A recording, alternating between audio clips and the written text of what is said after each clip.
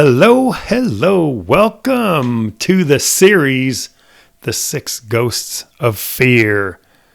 These debilitating fears that just prevent us from being all that we can be.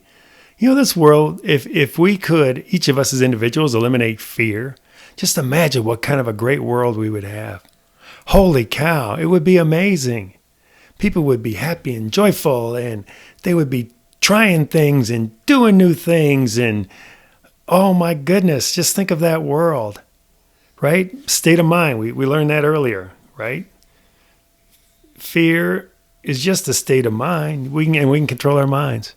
So we talked about the fear of poverty. We talked about the fear of criticism. Today we're going to talk about the fear of ill health. The fear of ill health. Do you know 75% of the people that visit a doctor, 75% of people that visit the doctor, it's hypochondria. There really is nothing wrong with them. 75% of the visits. It's all in their head. Ill health, the fear of ill health. It can be devastating, right? You can cause things to happen. So in one clear piece of evidence, look at the proliferation of prescription drugs. Look at any city in America where, if you look at the spending, like where are new buildings going up and where's money being spent? It's on hospitals. All of that is driven by fear of ill health. The whole pharmaceutical industry is driven by the fear of ill health. You guys, it is criminal what is going on. In my humble opinion, it is criminal. Do you know that almost every disease, maybe there's only 4 in the world that can't be solved by your mindset, your mind? Check with Dr. Bruce Lipton, The Biology of Belief. Read that book. It's crazy. Listen to what he's talking about, quantum physics and everything else. You guys, follow the money. We are a more medicated society than we've ever been. We're more obese than we've ever been. You look at, and I was in the food industry. Look at food scientists. You know what their job is? Is to make fat, salt, and sugar give us the most desirable experience with the combination of those 3 things to get us to choose their products. It's terrible. Back in the days when we were just like the cave people, right? We needed food. We went after food. Nowadays, we've discovered that fat, sugar, and salt, those things are more desirable. So we're using it to kill ourselves. Literally, that's what's going on. So the fear of ill health combined with the way our modern society portrays foods and everything else is a terrible fear. Okay?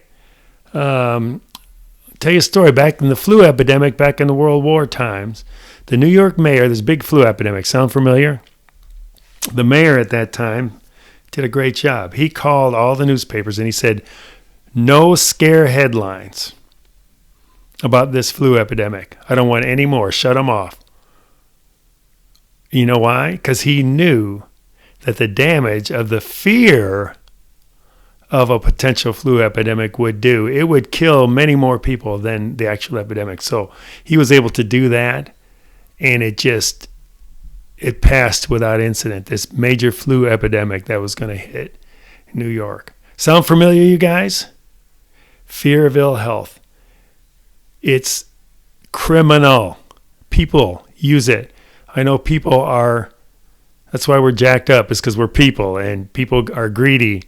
Follow the money, big pharmaceutical, follow the money. I know this is could be controversial, but I'm just telling you what I'm feeling here.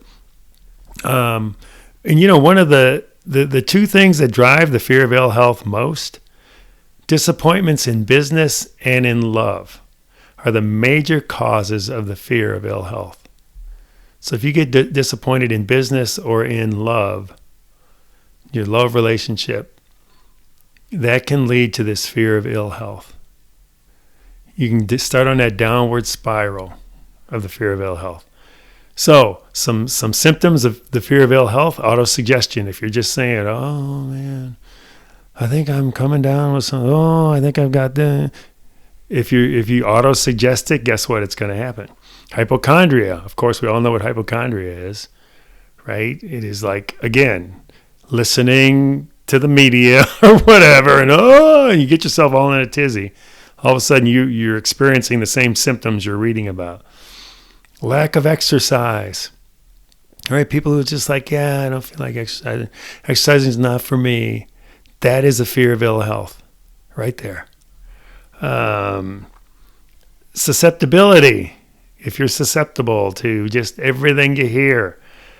Self-coddling. If you do a lot of self-coddling, right? That is a symptom of the fear of ill health. And finally, intemperance.